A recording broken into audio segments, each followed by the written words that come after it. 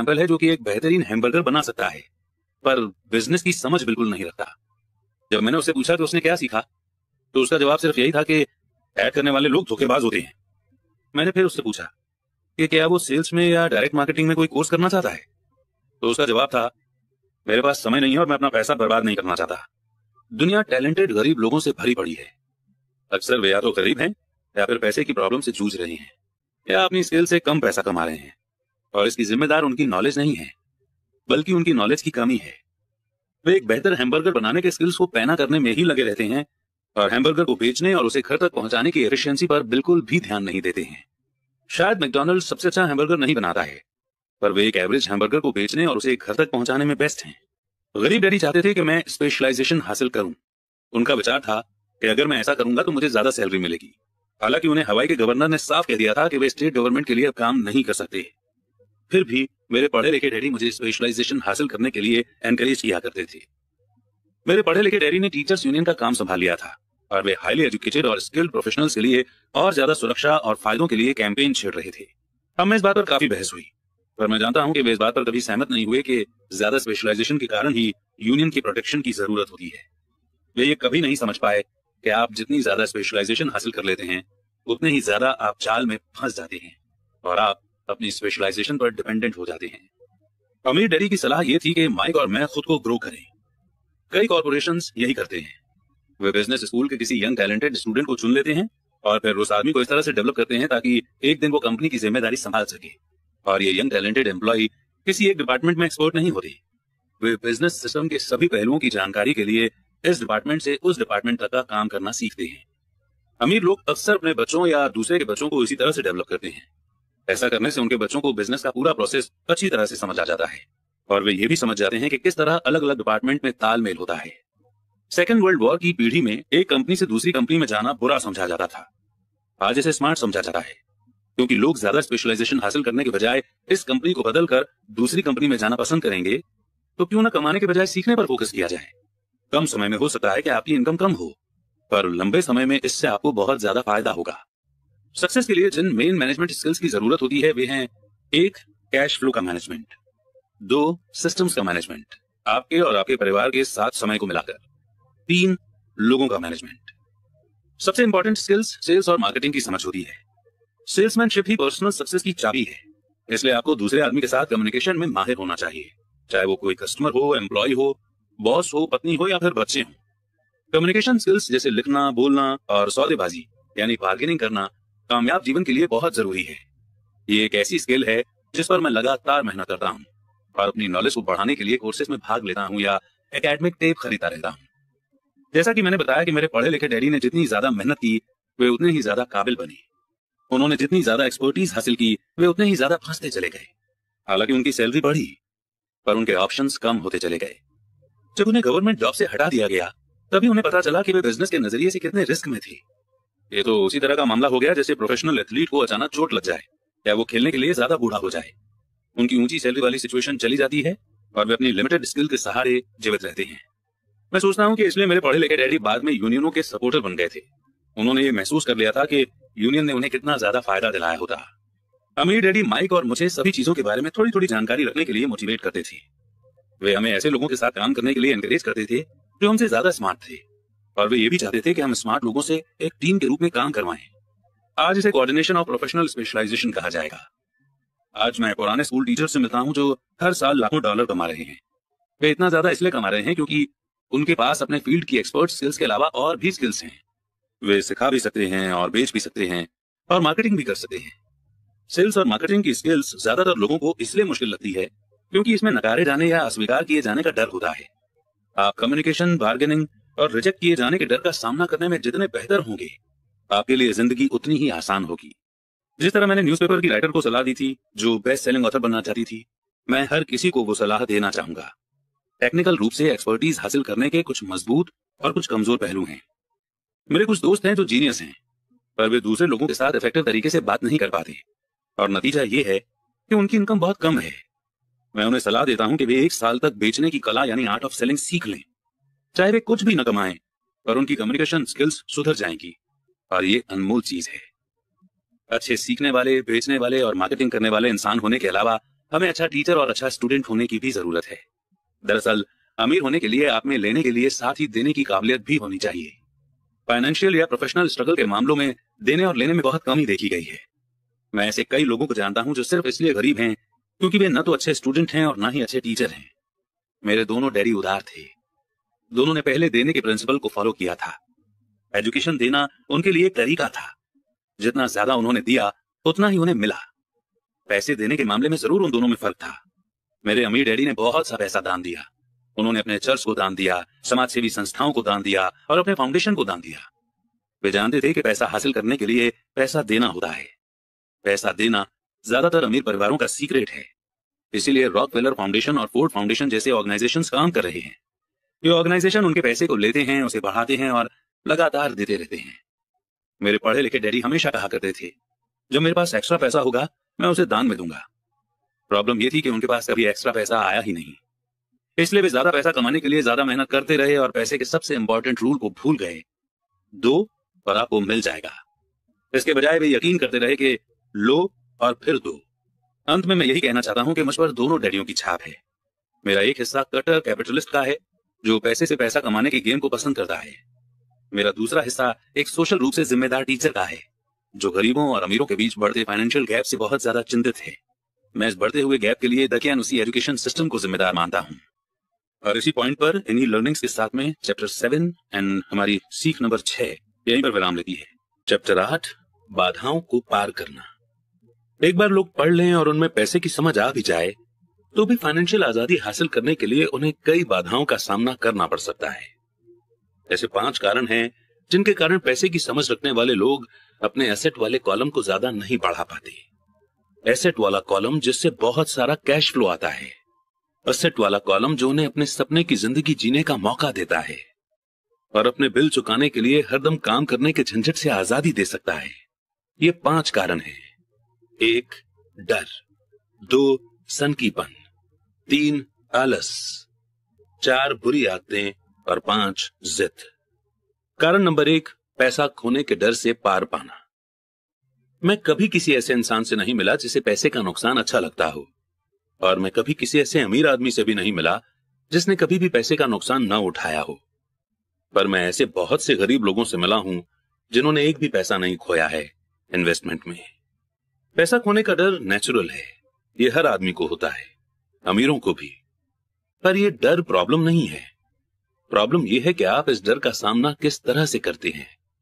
पैसा खोने के बाद सिचुएशन से किस तरह से डील करते हैं। आप नाकामयाबी को किस तरह से लेते हैं, और यह आपके जीवन में बहुत इंपॉर्टेंट है। यह जिंदगी में सिर्फ पैसे के बारे में नहीं बल्कि हर चीज के बारे में सही है। एक अमीर आदमी और एक गरीब आदमी में बेसिक फर्क यही होता है कि वे इस डर से किस तरह मुकाबला करते हैं। डरने में कोई बुराई नहीं है। पैसे के मामले में डरपोक होना भी कोई बुरी बात नहीं है। आप अब भी अमीर हो सकते हैं। हम सभी कुछ मौकों पर बहादुर होते हैं और कुछ मौकों पर डरपोक। मेरे दोस्त की पत्नी एक इमरजेंसी रूम की नर्स है। जब भी वो खून देखती है तो वो तुरंत काम में जुट जाती है। जब भी मैं इन्वेस्टमेंट का जिक्र करता हूं वो भाग जाती है। जब मैं खून देखता हूं तो मैं भागता नहीं, मैं बेहोश हो जाता हूं। मेरे अमीर डैडी पैसे के नुकसान के डर या फोबिया को समझते थे। कुछ लोग सांप से डरते हैं, कुछ लोग पैसा गंवाने से डरते हैं। दोनों ही फोबिया हैं।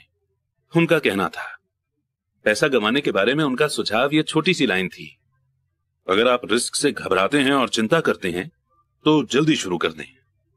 इसलिए बैंक तभी बचत यानी सेविंग्स की आदत डालना चाहती है जब आप छोटे होते हैं। अगर आप कम उम्र में शुरू करते हैं तो आपके लिए अमीर होना ज्यादा आसान होगा। मैं इस बारे में ज्यादा डिटेल में कुछ नहीं कहूंगा, पर 20 साल की उम्र में सेविंग शुरू करने वाले और 30 साल की उम्र में सेविंग शुरू करने वाले लोगों में बहुत बड़ा फर्क होता है, बहुत ही बड़ा फर्क। कहा जाता है कि दुनिया के अजूबों में से एक है कंपाउंड इंटरेस्ट की ताकत। मैनहट्टन आइलैंड की परचेज दुनिया के महान डील्स में से एक मानी जाती है। न्यूयॉर्क को $24 में खरीदा गया था, पर अगर उस $24 को 8% एनुअल इंटरेस्ट पर इन्वेस्ट कर दिया जाता तो वही $24 1995 के अंत तक $28 ट्रिलियन से ज्यादा हो गए होते। मैनहट्टन को 1995 की रियल एस्टेट की कीमतों पर दोबारा खरीदा जा सकता था, और इसके बाद भी इतना पैसा बच जाता कि लॉस एंजलिस का ज्यादातर हिस्सा खरीदा जा सके। मेरा पड़ोसी एक बड़ी कंप्यूटर कंपनी के लिए काम करता है। वो 25 सालों से वहां पर है। अगले 5 सालों में वो कंपनी छोड़ देगा और उसके 401 के रिटायरमेंट प्लान में $40 लाख जमा होंगे। ये mainly fast growing mutual fund में इन्वेस्ट किए गए हैं, जो बाद में बॉन्ड और गवर्नमेंट सिक्योरिटीज में बदल लिए जाएंगे।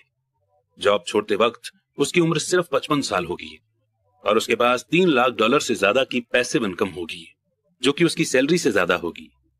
अगर आप हारने या रिस्क लेने से डरते हैं तो यह भी किया जा सकता है, पर अगर आपको जल्दी ही इसकी शुरुआत करनी होगी और एक रिटायरमेंट प्लान तो बनाना ही होगा, और आपको इन्वेस्ट करने से पहले भी एक भरोसेमंद फाइनेंशियल प्लानर की सर्विस लेनी होगी। पर अगर आपके पास ज्यादा समय नहीं है या आप जल्दी रिटायर होना चाहते हैं, तो आप किस तरह पैसे खोने के डर का सामना करते हैं? मेरे गरीब डैडी ने कुछ नहीं किया। वे सिर्फ इस टॉपिक को टालते रहे और इस बारे में चर्चा करने के लिए तैयार नहीं हुए।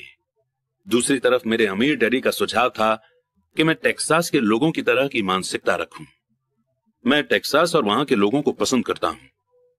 उनका कहना था, टेक्सास में हर चीज बड़े पैमाने पर होती है। जब टेक्सास के लोग जीतते हैं तो वो बड़ी जीत होती है, और जब वे हारते हैं तो वो हार भी कमाल की होती है।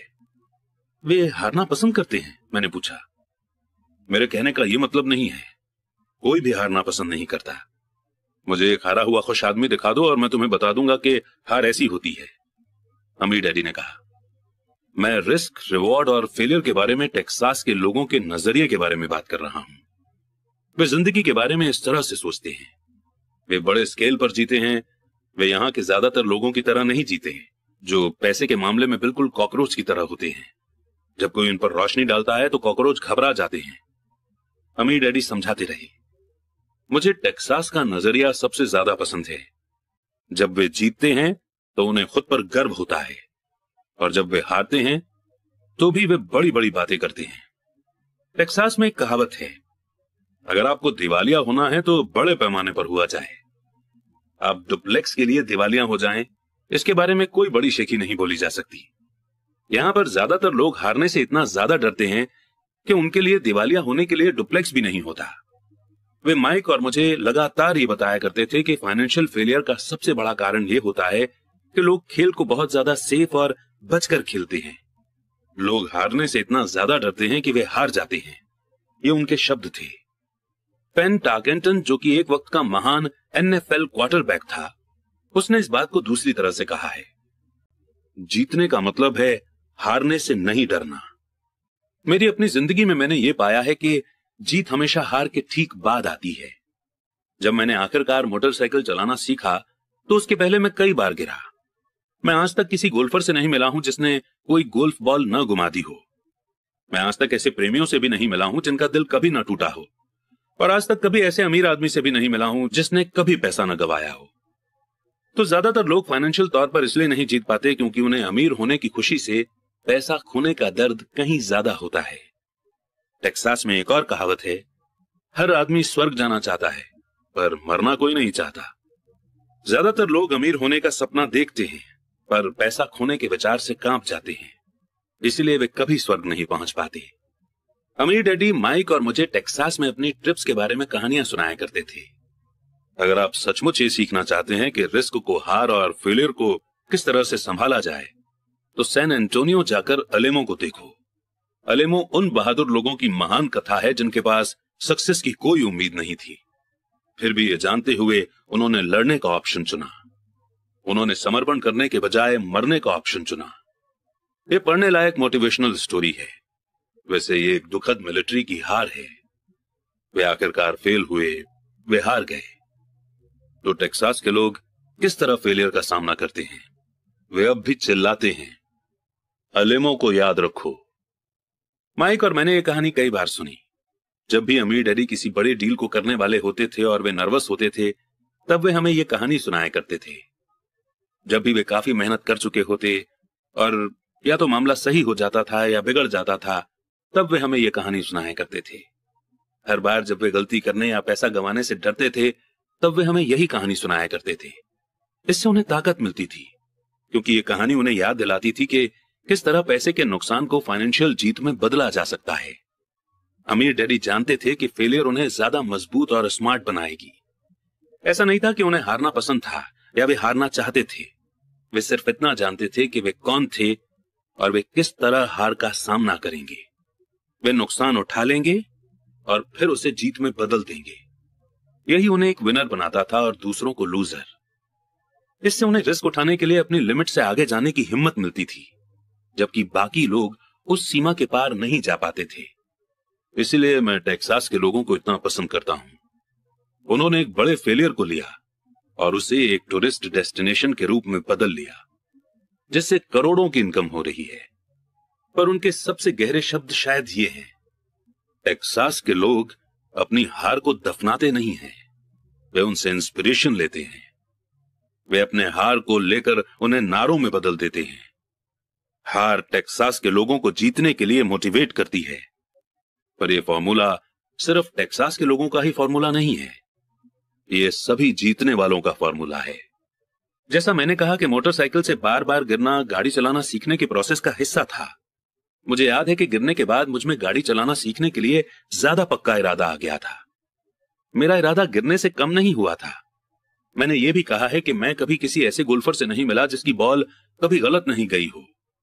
किसी टॉप के प्रोफेशनल गोल्फर के लिए बॉल खोना या टूर्नामेंट हारना उसे ज्यादा बेहतर बनने, कड़ी मेहनत करने और ज्यादा प्रैक्टिस करने के लिए मोटिवेट करता है। इससे वे ज्यादा बेहतर बनते हैं। जीतने वालों के लिए हार एक इंस्पिरेशन बन जाती है, हारने वालों को हार बर्बाद कर देती है। जॉन डी रॉकफेलर के शब्दों में, मैं हमेशा हर मुश्किल को मौके में बदलने की कोशिश करता था। और जापानी अमेरिकी होने के नाते मैं भी यही कह सकता हूं। कई लोग कहते हैं कि पर्ल हार्बर अमेरिकी गलती थी।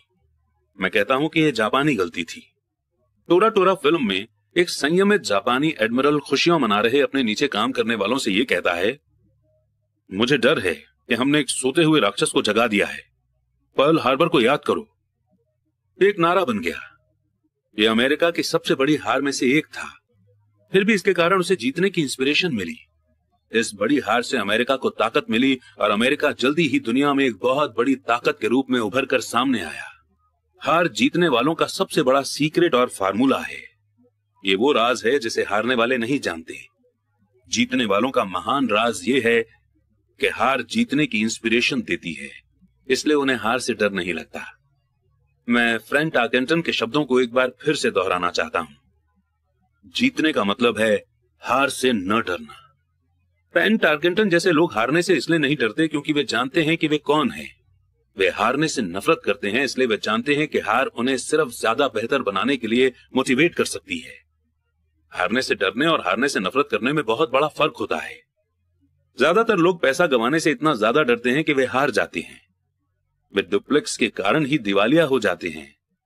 फाइनेंशियल रूप से वे जीवन में बहुत ज्यादा सेफ गेम खेलते हैं और बहुत छोटे स्केल पर खेलते हैं। वे बड़े घर और बड़ी कारें तो खरीद लेते